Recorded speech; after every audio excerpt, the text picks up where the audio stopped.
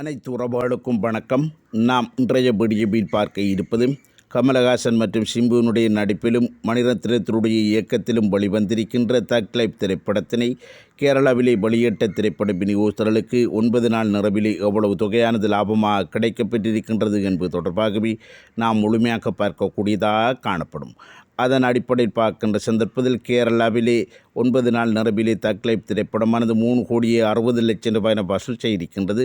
ஷேராக 2,05,00,000 ரூபாய் தான் கிடைக்கப்பெற்றிருக்கின்றது. ஆனால் தக் லைஃப் திரைப்படத்தினுடைய கேரளா பகுதிக்கான தியேட்டர்கள் ரைட்ஸ் ஆனது 5 கோடி ரூபாய்க்கு வியாபாரம் செய்யப்பட்டிருப்பதன் அடிப்படையில் பார்க்கின்ற சந்தர்ப்பத்தில் இன்னும் அங்கு 2,95,00,000 ரூபாய் ஷேராக பெறுகின்ற சந்தர்ப்பத்தில் தான் இந்த திரைப்படமானது கேரளாவிலே தோல்வியிலிருந்து விலகி கொள்ளக்கூடிய சந்தர்ப்பங்கள் காணப்பட்டது.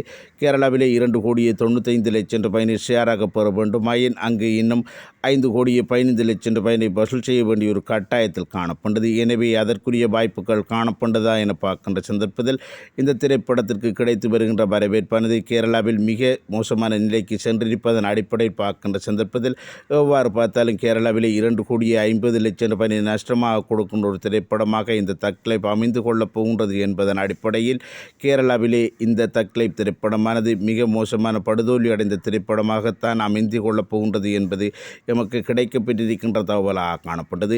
இது தொடர்பான தங்களுடைய கருத்துக்களை கமெண்ட் செக்ஷனில் தெரிவித்துக் கொள்ளுங்கள். மற்றும் வீடியோக்கு லைக் பண்ணுங்க, கமெண்ட் பண்ணுங்கள். நன்றி.